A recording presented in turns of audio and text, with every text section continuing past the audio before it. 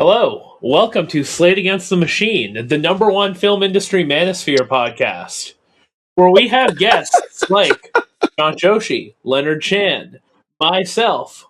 We will be bringing on such industry luminaries as and we will find the worst people and we will take them here. Why? Because it's all men all the time now, baby. As you can see, the non-male members of our production crew have much better boundaries than me or Leonard do, because we actually did not say no to this, but they did. And holy shit, are we both busy as a motherfucker. Anyway, I'm Abdul. I guess I'm the vice president of production at Fae Pictures. Vice president of development. Yeah, development. Yeah, who the fuck? You keep trying to take Lindsay's job, man. Lindsay can have my job. I mean, we can switch. God. It could be like a Freaky Friday situation, because then I would be in New York and she would have to be here. Oh. Anyway, let me introduce you to my subordinate Leonard Chan. I don't know what the fuck to say. I like it. I'll go with subordinate. Listen, I'm Chinese. If anything, I am obedience is our thing. Until it comes to Taiwan. Yeah. But yeah, I'm Leonard Chan. I am the director of development here. Abdul is my boss / the wind beneath my wings. Where is here, Leonard? Where are you? Here, I am currently in our nation's capital, Ottawa, because I am also, because one cannot make a living alone from just right. I'm also a comedian. I am a laugh whore, also, and I sell myself out. You're like, if I'm the director of mogging at Fae Pictures, since we are a Manosphere podcast now, you're the director of looks maxing. There we go. I'm clavicular with slightly less meth. Yeah, and or more. Who knows? Who knows? Yeah. And Shant is our boss, who's the president of Aura Farming. Is that what it is? This is like really one of those moments where I show both my age and what parts of the internet I'm actually on. Yeah. What is Aura Farming? Excuse my ignorance. So I saw a video yesterday of a guy at a bar, right? Just sitting at a bar having a drink, and then someone came in with a fucking assault rifle and robbed the bar, and everyone got under tables. And this guy just kept sitting there drinking his beer and lit up a cigarette as the place was being robbed, did not flinch. And it's like, oh yeah, that's Aura Farming. That dude is 100% Aura Farming. That's cool as hell. That sounds like me, yeah. Just completely, the world is sort of falling apart, and I'm just sort of chilling, watching it all happen, and trying to make my nut. And just not at all concerned with the gunfire around you. Not at all concerned. And you are in South Africa. Yeah. Speaking of gunfire, I'm in South Africa. Yeah. So a couple disclaimers for our listeners. Firstly, yes, there's no women on this episode of the podcast because for whatever reason, we've just become increasingly busy. We have a production in post, and Shant's in South Africa prepping another film. Yeah, I mean, we're making things happen, but the numbers just don't add up anymore. So everyone's trying to make their nut wherever they are. Leonard's in Ottawa. I'm in South Africa. Abdul's got a writer's room for 4 weeks. Why are you fucking saying this? Do you want to inspire confidence in your fucking company? Well, I'm giving the real talk here because the reality is our director of marketing, no shade here, did not give us our brief for today, so we're going completely rudderless here. Yeah. So this episode, this is the season finale episode. In classic Manosphere fashion, Shant is throwing a woman under the bus. Look, normally we do get a breakdown of what the episode is going to be about prior to this. However, today Shant is providing the breakdown. Breakdown. So let's go through. He's having one. He's having a breakdown. Let's go through the last audit of our company finances, line by line, to talk through why you shouldn't go into the glamorous world of running a TV and film production company. Keeping in mind, a podcast that 3 or 4 people listen to does not count as an asset. I think that was the idea behind the podcast was to sort of, throw something women under there, the bus. throw women out. Sure.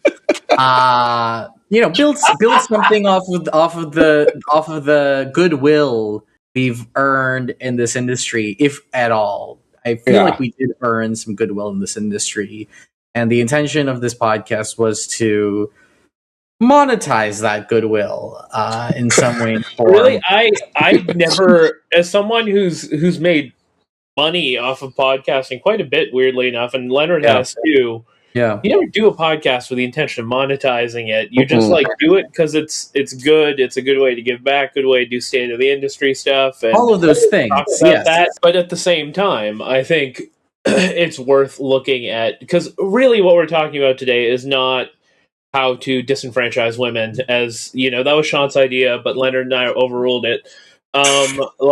We are actually talking about sort of the state of the Canadian industry broadly. Which is, I'm not going to say it's bleak. There's a lot more happening now than there was 2 years ago. But yeah, I think the thing that no one will ever actually tell you, that we will, because we're morons, is that outside of a handful of production companies, everyone's kind of slowly going broke. I think what's happening is we are working harder than we ever have before for less money. That's just the reality. Which should be actually, is the experience. It's the thing that our minority parents warned us about. They're like, you're going to have to work harder for less. It's like, yeah. That's the reality. But they didn't. Everybody now, though, it's hitting. Did they anticipate the level of inflation? Did they anticipate the complete dismantling of our economy? It's interesting because Leonard and I are both writers, and I would say that both of us are having our best year possibly as writers. You know what I mean? Shant, however, is just a producer who only has this production company. And that is where... Well, I also teach. You also teach, yeah. I also teach, and last night I spent 5 hours from 5 p.m. to 10 p.m. Deciding which students to kill? which students were getting into my class. There's 25 spots in my class, and this year there were 80 applicants. So the more actually let's say more like 70 applicants. So the success ratio is 1 to 4 basically. For every one person that's succeeding, 3 are unsuccessf's basically, and the reason I just want to make my point here, Abdul, and before you interrupt me. It's okay. I'm treating you like you treat women, Shant.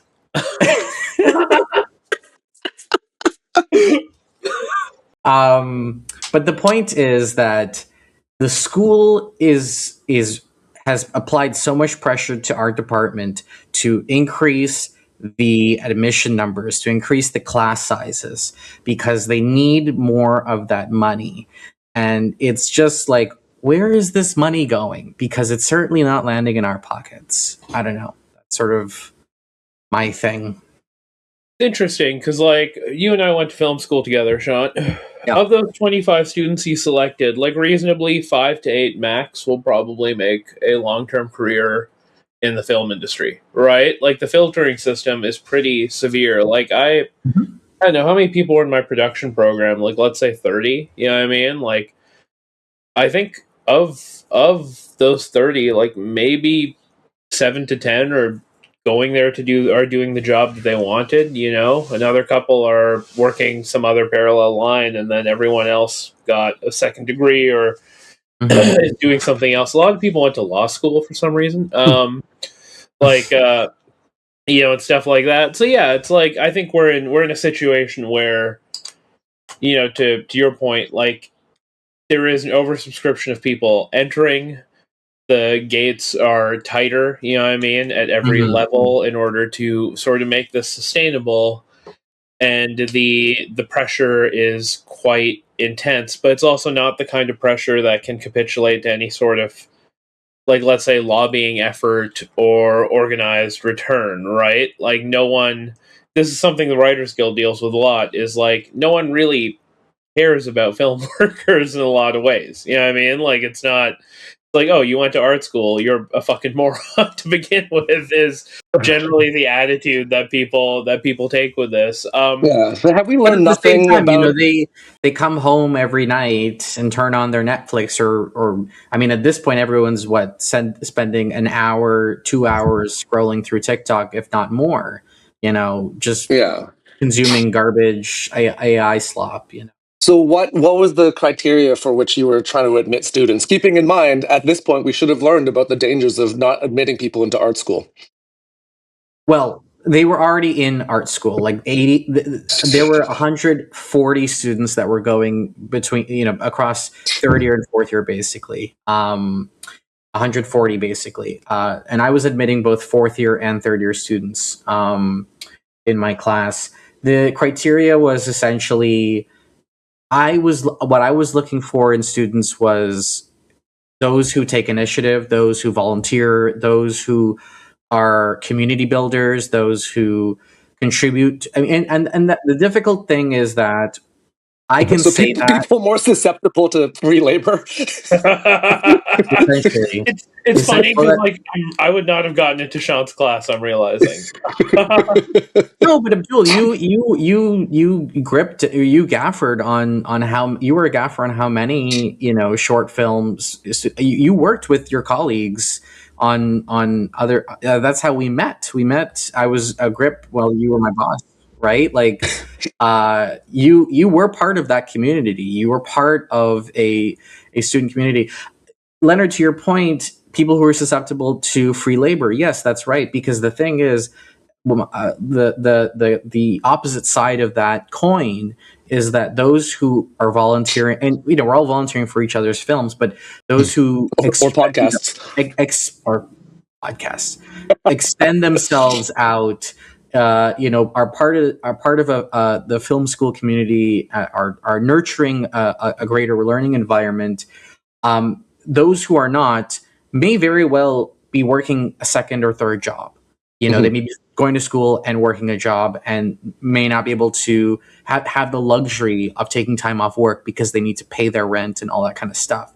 Unfortunately, there's no section of the application that says, how many jobs are you working and what's your income size, right? I mean, essentially that's like so we're filtering for the privileged.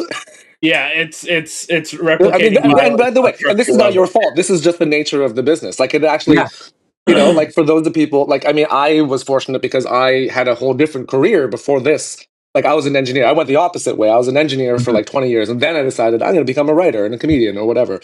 Yeah. So I had money. Like, so during that transition, for like, I wasn't starving. And I could focus on this. I could afford like a few years where like I was making not much, right? But some people can't do that, right? No, so that's the unfortunate thing about the arts, is that now you're just getting like these, you're mostly getting people who like, who have, parents buy them a condo or something, and then you can. We're not going to talk about who that is. It's not you, Shant. I'm thinking of someone else, but I know.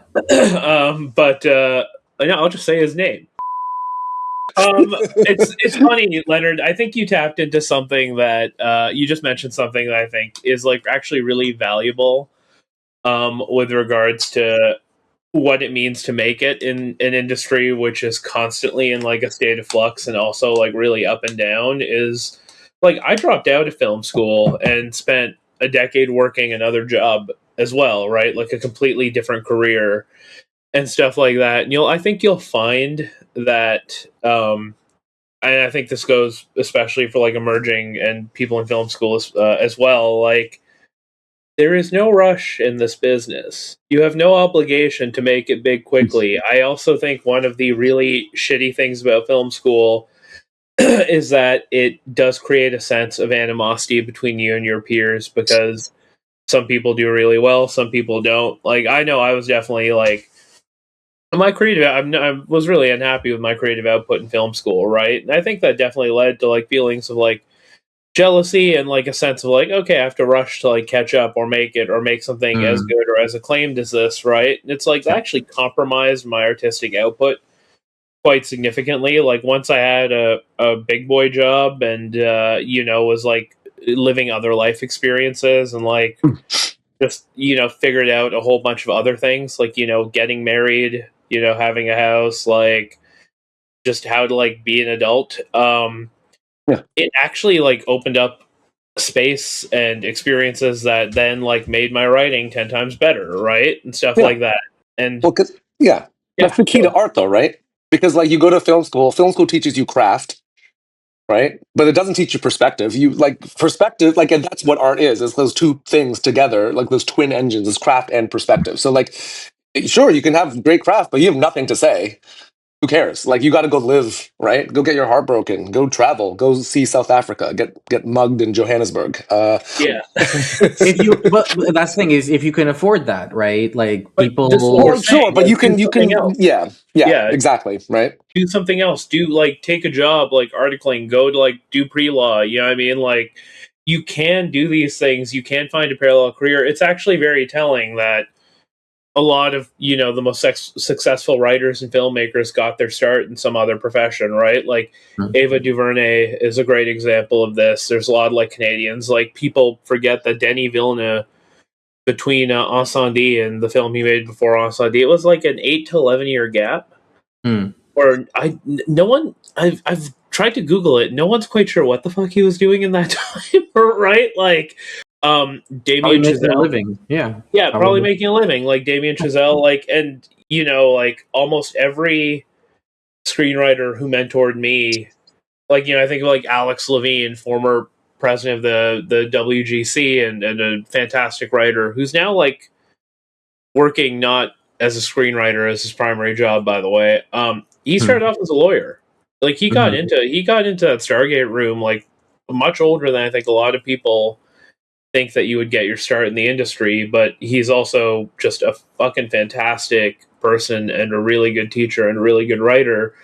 And I think that says a lot about how you sort of find your way into the business, because at the end of the day, like, you can't be responsible for market forces. The market forces, like, since I got into this business, now that I'm like again, I will confidently say this is the best year I've had. Like, everyone's always talking about how the sky is falling. Some years that's like more true more than others, but at the end of the day, like, what you can really put a level of control over as a creative, not as a producer, that's very different, right? Is like the craft, the amount of time you put in, the thoughtfulness you put in, and the relationships you cultivate.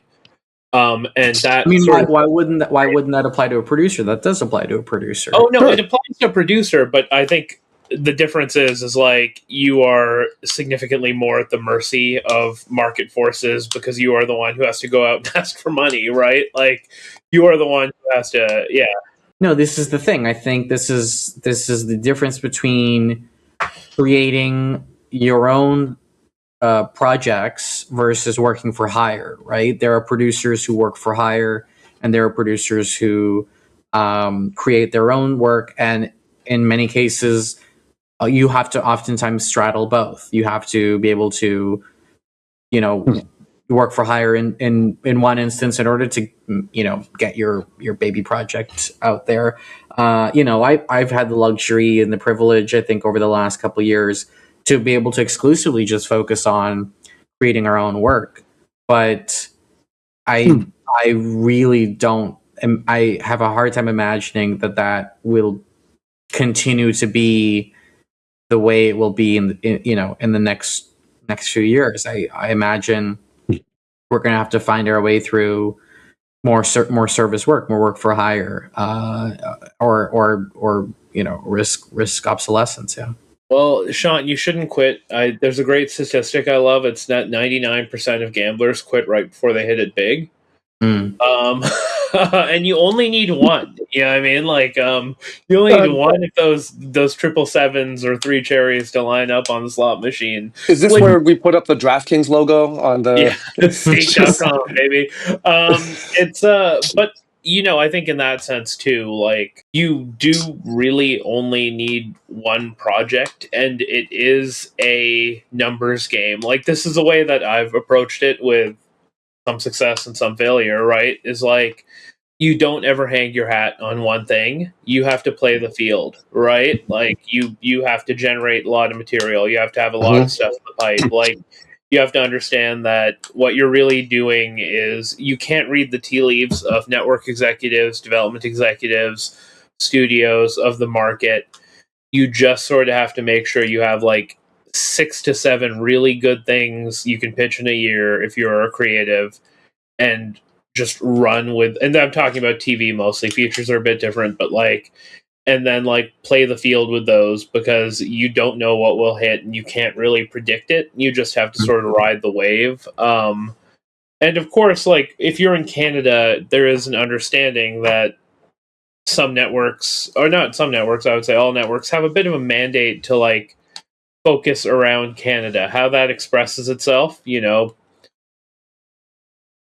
can be interesting at times. But at the same time, like, you know, you're playing in a very specific kind of sandbox where like one of the major guidelines to like crossing a hurdle is already basically just in the air as a function of like what it means to pitch in this country, right? Like not every American project is like, well, what does this say about the American spirit? Yeah. You know what I mean? Like, but ultimately so many do inherently because of just the nature of you know, the world is America's oyster, or I guess. Well, I mean, yeah, I mean that depends on like the specific media lens that you're. I mean, because we're in North America, so obviously we get inundated with the American viewpoint on things. But obviously, like we do a lot of international work, so you know, then you get different viewpoints, and you have to realize, like, yeah, like, I mean, obviously Hollywood is the biggest, you know, like in terms of like, you know, global reach and money, but like there's other places to work and get money. No, but I think this is evocative of a lot of, especially for Canadian film and television.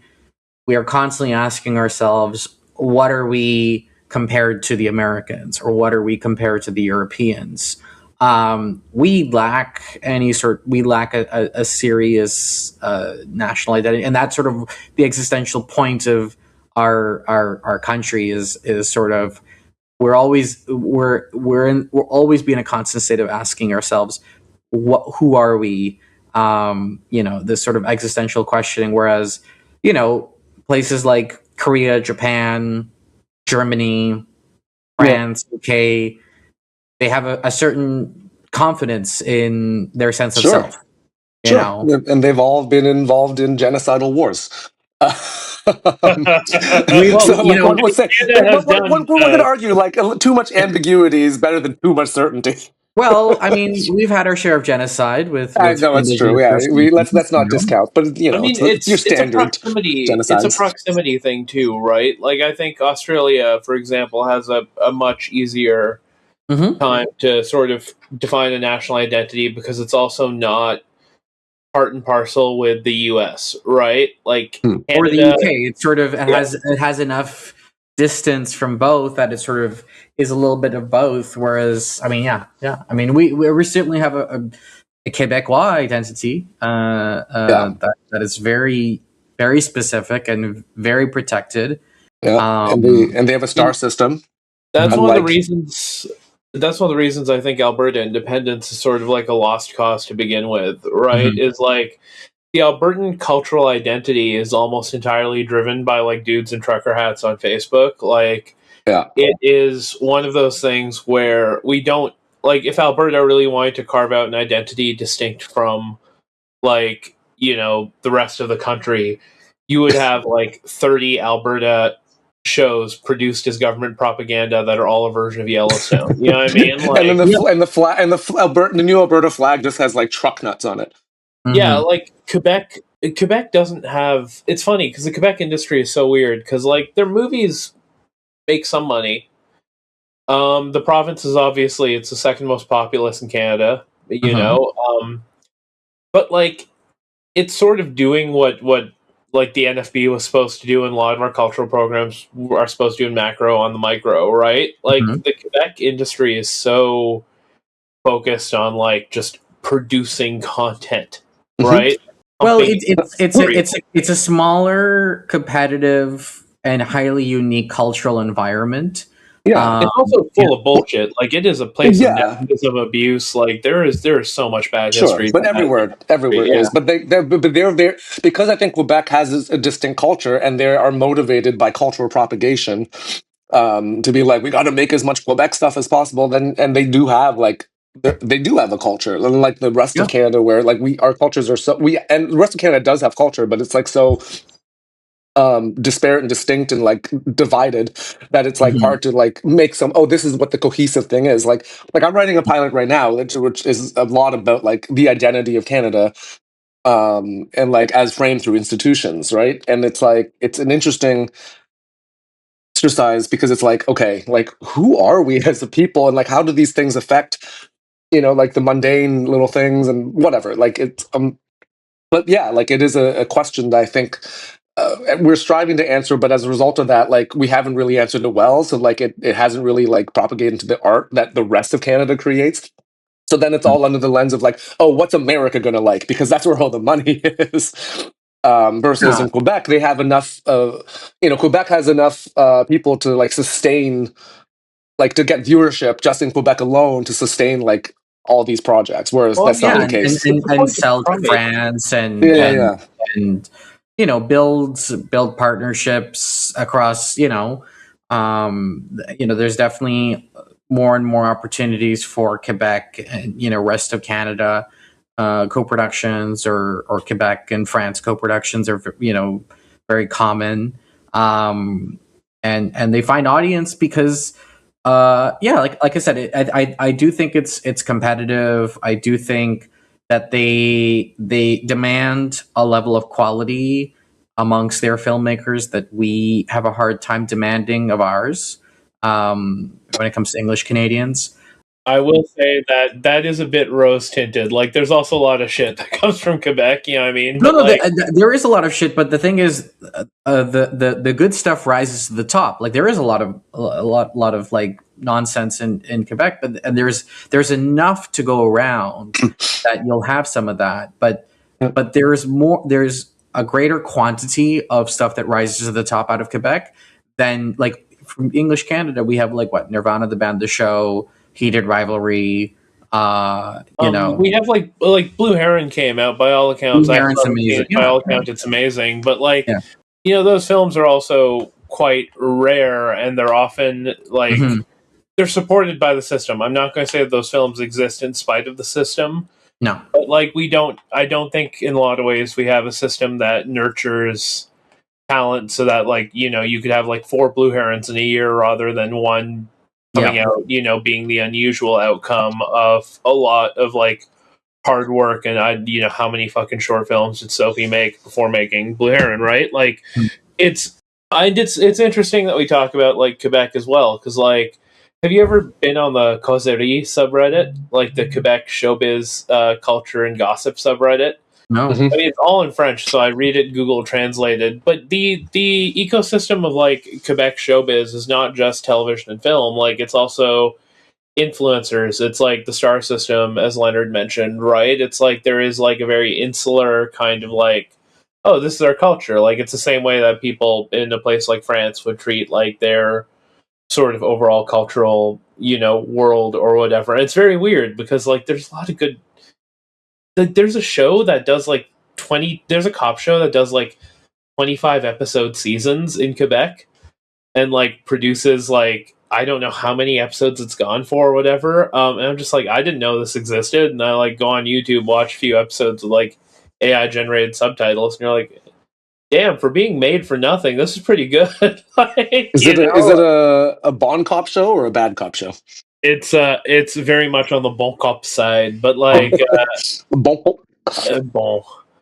Yeah, I mean, but sort of like we can wax about the Quebec system, ad nauseum, but like in terms of like where we are on the Anglophone side, right? Like if we were to talk to someone and be like, one of your students, Shant, right? Who's like, I'm trying to figure out what I want to do, but I know I want to be in the Canadian film industry. Let's assume that we're not the kind of people who tell someone don't do it because you shouldn't ever do that. But like, what would you tell them about what the world they're entering into right now and how to make that work for them? I think they have to make key decisions about, and this, I think this is it's very interesting because I see this as a common occurrence, and I would say even I was susceptible to it. I think when you come out of school, you're a bit sort of like with rose tinted glasses. This idea of like, I don't care about money. I just want to make good. I just want to tell good stories. I like I can't remember exactly where I heard that or saw that. I think actually, you know what? I think our new intern may have said that in an interview. Oh. Just wait. So listen, starving artist is romantic in theory. Yeah, in practice, scurvy is real. I also think that we're sort of lying to ourselves when we say that. Like, I don't believe for a second anyone gets into this business for the sake of the art. Like, that's a big part of it. Don't get me wrong. That is the lie we tell others and the lie we tell ourselves to, in some cases, I guess, to avoid a sense of failure before you even started, because you sort of have no sense of like, how am I actually going to make money in this industry? And then as well, it is such a long and tedious process. I think it's also, there's so much stuff that we sort of, I mean, especially film school. This is another issue.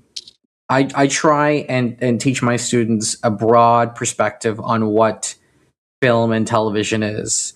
I try to open students up to this idea of like, hey, like, what if you worked on, Property Brothers, or what if you worked on like, MILF Manor? Like, what if you worked on a reality show?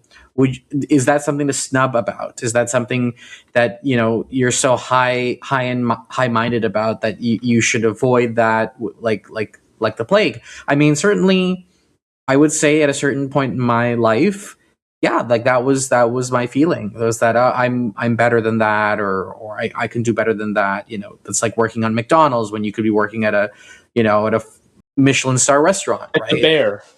At the Bear, Yeah. But but I think ultimately the reality is, you should. And I found this, I think, is interesting. You should do what you love to do. You should make what you want to make, but you should do that not feeling miserable. And right now, I think I personally am at a place where I'm being a bit, I'm personally finding myself being a bit bipolar about being miserable about making good stuff. Thinking, oh, the grass seems really, really green right now, where they're making, stuff that people are watching and people are paying for. That's the thing. It's like people are paying for this and people are watching. I mean, then there's the whole AI slop thing, which is, it's sort of the then vertical dramas, which every market I go to, everyone's talking about vertical dramas, and it's like that does feel like the bottom of the barrel, and everyone who's on set feels miserable making those things, but they make money and they make a living, so it sort of becomes a thing where it's like, you can still be miserable making shitty stuff, or you could be happy making making pretty decent stuff that's not like the best thing ever. It's not. I'm pretty bearish on verticals. I will say, like, remember a couple of years ago it was web series. Before that, it was something else, right? Like, it's. Well, web series does not have the economics of vertical. Vertical is a completely different. Like, vertical is an extension of the Christmas movie economy. But I'm just saying, like, I don't think they're ever going to go away, right? But I don't think that kind of cultural power is going to sustain itself, especially like with the fact that verticals sort of lend themselves to very one note kind of storytelling. Like, we live in such a ADHD world. Yeah, like there's the ADHD of like flipping through 30 episodes of a vertical, right? And then there's the ADHD of realizing you've seen this one before. Like, it's not, I think part of being like a smart producer or any sort of creative in the industry is like identifying if there's a fad, identifying if there's a way a fad can work for you, but also remembering that it is a fad, right? Like, and stuff like that. Like, that I think is super important. You know what I mean? Like, it's funny with the industry because, like, you'll look at, if you're coming up into the business, you'll take a lot of meetings with different companies, and you'll say, everyone has a process they go through when they take a meeting. I'm meeting the head of development here. Hey, I'm going to Google this company, see what they're about before I meet them. Hey, they haven't produced a show in 10 years, maybe ever, right? 5 years, but they still have a development department for scripted. And I promise you that company does it because they've probably gotten shows to development with networks. But what's really paying the bills is their reality TV side or service production, right? Or both. But like, or Christmas movies or whatever it is. But those people still nurture the same dream that you are nurturing, Shant, of like... No, they all do. Some... And they're willing to lose money on it, by the way. Yeah. But because they have it. Yeah. Well, yeah, exactly. And you take a gamble. Like, this is, there's plenty of companies out there that do exactly that model, where they're like, we make these shitty things that we don't like, but it makes us money, and then we can put this money into things we really like, and hopefully that makes money. And then we can be both creatively and financially fulfilled. But as you have learned, as we all have learned, sometimes those two things don't really... it's rare when those things meet. When you're there's like, only oh my so many God. hours in a day. If you're spending we're doing this co-production right now in South Africa, and we're working out of a really amazing office. So our co-producers in South Africa is primarily, their business is commercials. They're right now producing a KFC commercial, and I'm like sitting in the office working on my cost report and listening to this story, like the director talk about the bucket, about the chicken bucket, and he's like, "This is the licking bucket." He's like, "What is it called?" The chicken licking bucket. Like, that's what it's called. The bucket. The bucket. And they're talking about the bucket. They're talking about, and the production designer is talking about how you need to put the chicken in the oven for an hour in order for it to look as steaming as it does on television. She's been doing her research about how to get the chicken to look just as right and all this stuff. And everyone's working and everyone's collaborating with each other. And they're, they come into the office, they're making lots of noise and they're talking to each other, and then leave the office. It's completely quiet. Everyone's just, sitting, doing their stuff. Meanwhile, one partner in that company is reading a script that, is worthy of going to a big film festival or whatever. That's the idea behind it. It's an art house piece of cinema that's a passion project, a work of art, or something that you put your heart into.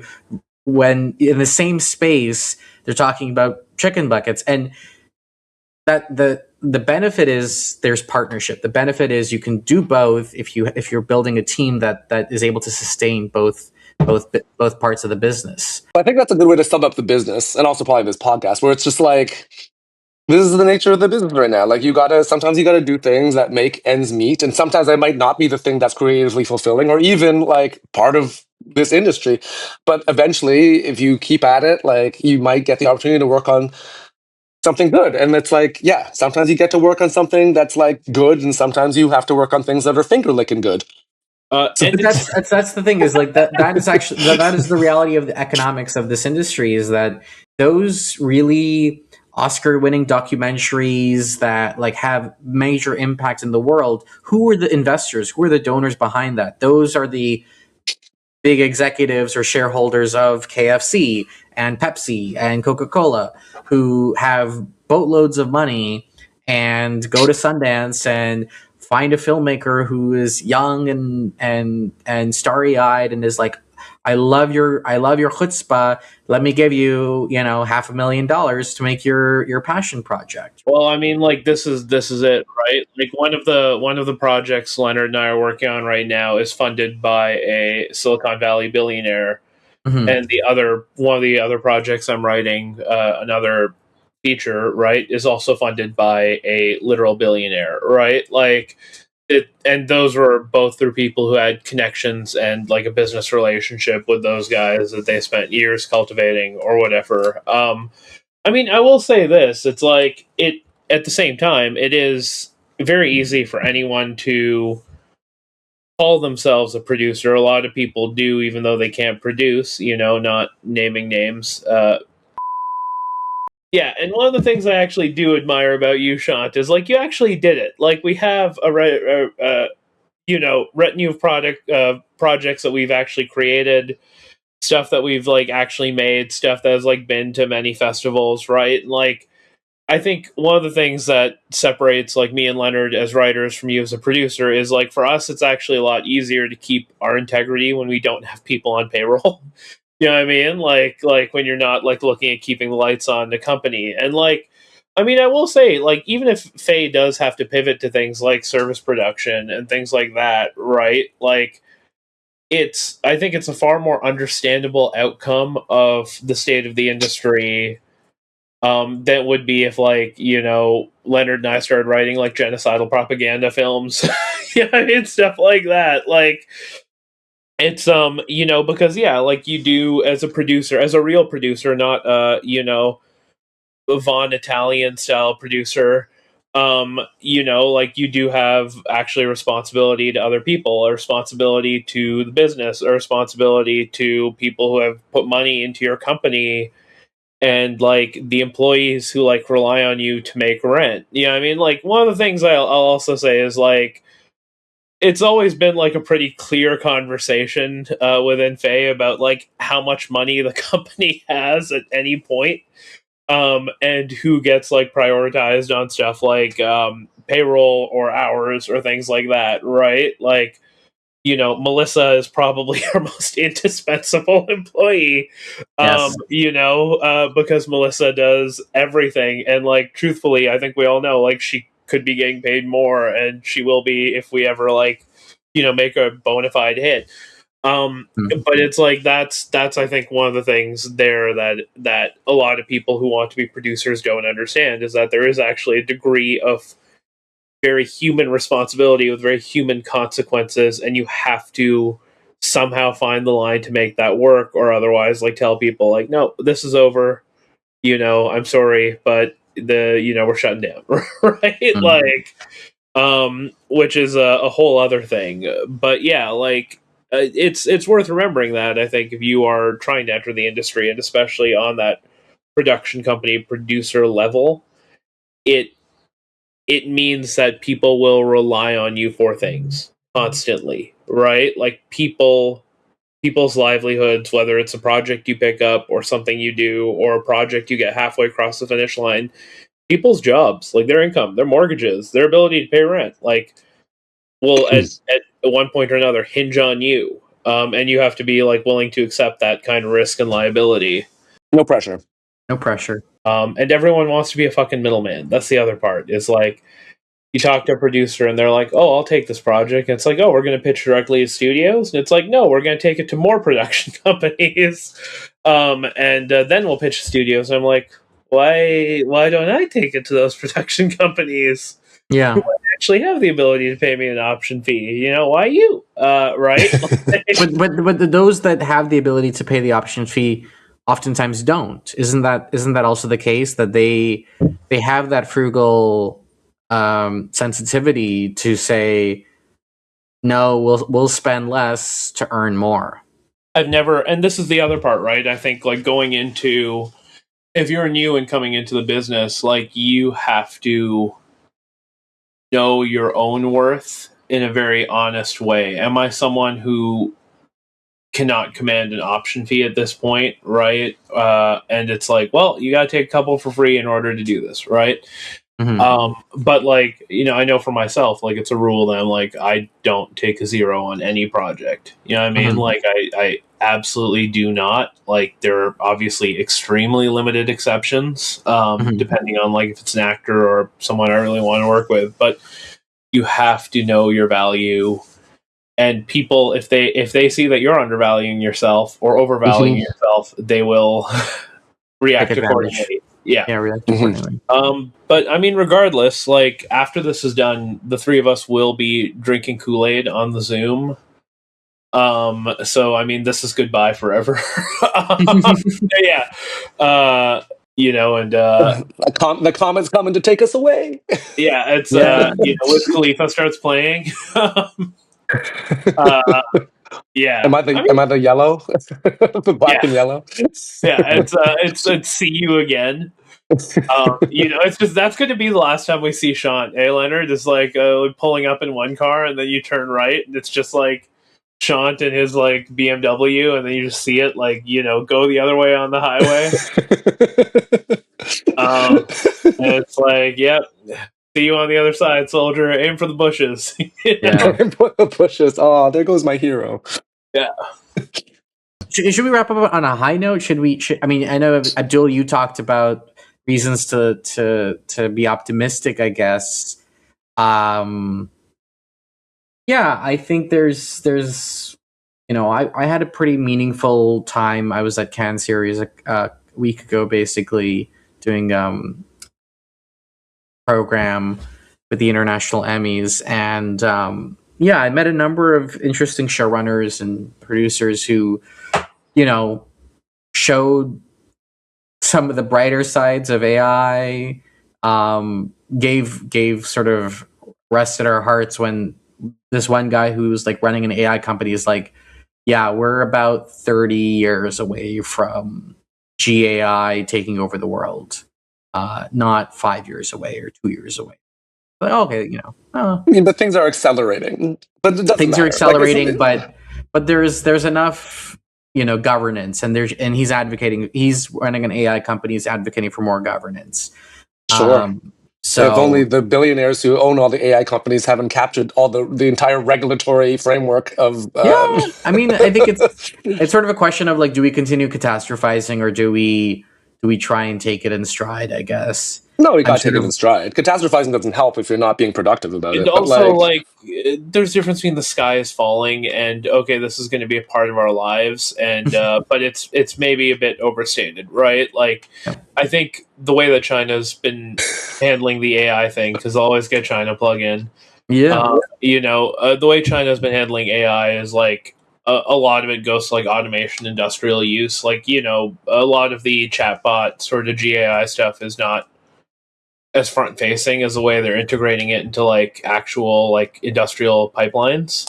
And it's like once the novelty of AI wears off, like it'll be around for good, but like, highly efficient models that work in like specific agentic tasks are probably the way it's going to go. Like, I think it's very interesting that like even Sam Altman has sort of come around to the point where he's like, it's going to kill software engineers before it kills like writers, which is like, take that, Dad. Telling me to go to engineering school. Haha. Yeah. Yeah. I have a 5 year. You have a 5 year distance or a 2 year distance from the next guy, basically. Yeah. I mean, I think the way it's going to work is intelligence will just be like oil, right? It's just another resource. But I tried to get AI. I tried to get Cloud to do my cost report for me, and it busted out after there's like about 72 lines in a budget. It busted out at 12 lines. It was like I'm done. I'm like it ran out of juice. Even Claude was like, I hate this so much. Yeah. I'm done. Like pay more. I'm not doing it. You're not paying me enough for this. Keep doing this. You're exactly like pay more. Pay $200 for this, and then like, I don't know. Yeah. Using AI, like I think everyone uses AI to some degree these days. You know what I mean? But like, I think writers should never write with it. I will say, but like, man, it's a better research tool than Google or JSTOR ever were, right? Yeah. Like you can use it for research, for ideation. Like, I mean, definitely don't use it to make your words. Because that's terrible. We've been trying to figure out a part too. Yeah, like why would you let the robot do the fun part? Yeah, we've been trying to figure out a title for our movie. I ran it through Gemini. Didn't really get anything of particular note. One of the titles was "Rainbows in the Dust." Rainbows in the Dust. What do you think of that? That's title? So stupid. That's fucking dumb as terrible. Shit. Is that a Kansas song? Yeah, but like I'll put it this way, like I've been doing a lot of my like personal script writing in a final version of Final Draft I made with Codex. You know what I mean? Because it doesn't crash the way Final Draft does, which is insane. Like, I took 10 hours, iterated with a computer, and now I'm like, oh yeah, now I have something that auto saves every 4 seconds, doesn't crash, and then exports into a Final Draft environment without any fuck-ups, right? Like, that is insane to me, and it's like, oh, it solved a problem that this, like, Monopoly software refuses to solve. Just simply refuses to fix. Yeah, I made my own beatboard software with Codex because I was like, there's nothing that did what I needed to do. So I'm just making, like, that's the great thing about AI. Like, you each have your own, like, process, and you can just make bespoke tools specifically for your own process. Yeah. Leonard, can you tell Codex to make it collaborative? To like, is there a way to like open it up to like computer to computer direct collaboration? Yeah, absolutely. You have it linked to like a Supabase cloud account, and then boom, and then it just pop anybody who's logged in. It pop. Okay, I need you to send me a zip file.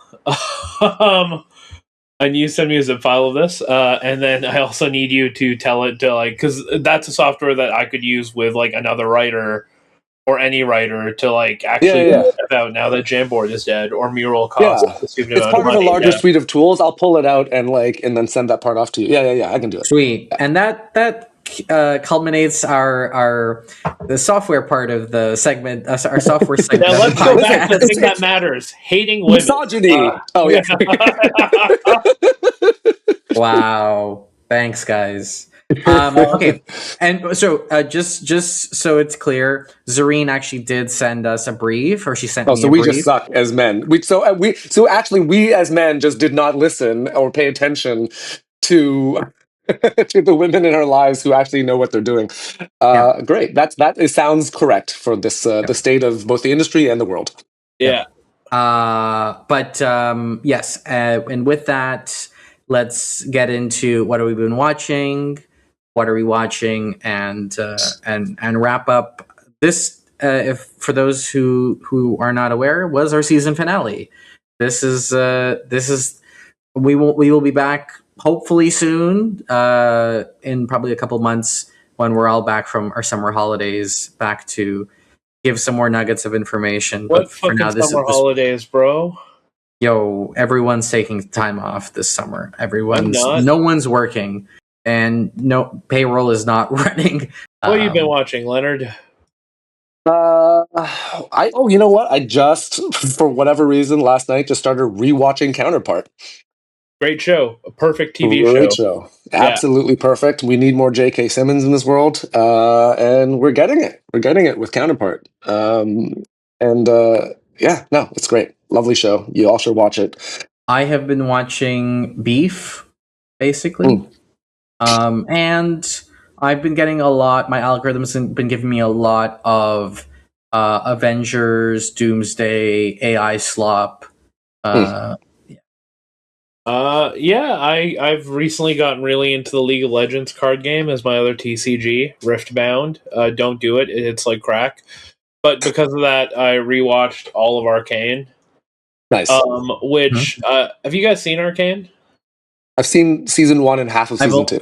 I've only seen season 1. My boyfriend wants me to watch season 2, but I've not gotten around to it. You should rewatch all of season 1 before you rewatch season 2, because there's a lot you just gotta pick up on again. Like, I will say that show is like a North Star for good storytelling. For me, it's like, and animation is so good at this. It's like narrative efficiency combined with like genuine emotion combined with like just this really, I know the budget was like $200 million for each season or whatever, but it's like just the quality of storytelling in the cut, in the way that they digitally move that camera, and like the performances, in like how they play out that story. Like season 2 was very obviously supposed to be 2 seasons, and they skip over a lot. But like honestly, you don't even feel too much of a loss with it because it's just like so. It's. Is there another show like that that's fired on all cylinders consistently, episode to episode, from like start to finish? You know what I mean? Like it is sort of lightning in a bottle, unreal. And everyone should watch it. It is. It's tremendous. I don't care about League of Legends. I played it once. Someone called me a slur, and then I got kicked out of the game. And it's like I don't like League of Legends. I like the card game because it's fun, but Arcane is like shit. Like I don't need to know anything about League of Legends to enjoy the hell out of this show. It's fucking amazing. Yeah, everyone go watch Arcane. Arcane's pretty good. Yeah, nice. And with that, like we will see you again. Never. If the company still exists in 4 months, we might. Yeah. The next school year in September, and when right after TIFF, right after the market, we'll see how that shows us the path or no path, and then we'll see. We'll be canceled for rampant misogyny anyway, so it's fine. Well, there you go. I will be specifically. No, we all. Guilt by association. We're guilt by association. This is the Manosphere episode of Slate Against the Machine. By the way, Shant, I ran into Howie Wiseman at the Guild Awards and asked him why no one's asked me to guest lecture at York, and he said to talk to you. Well, I think that's a good way to end this episode with a little bit of a cliffhanger. Sounds good. Peace. Thanks, everyone. Peace. Take care.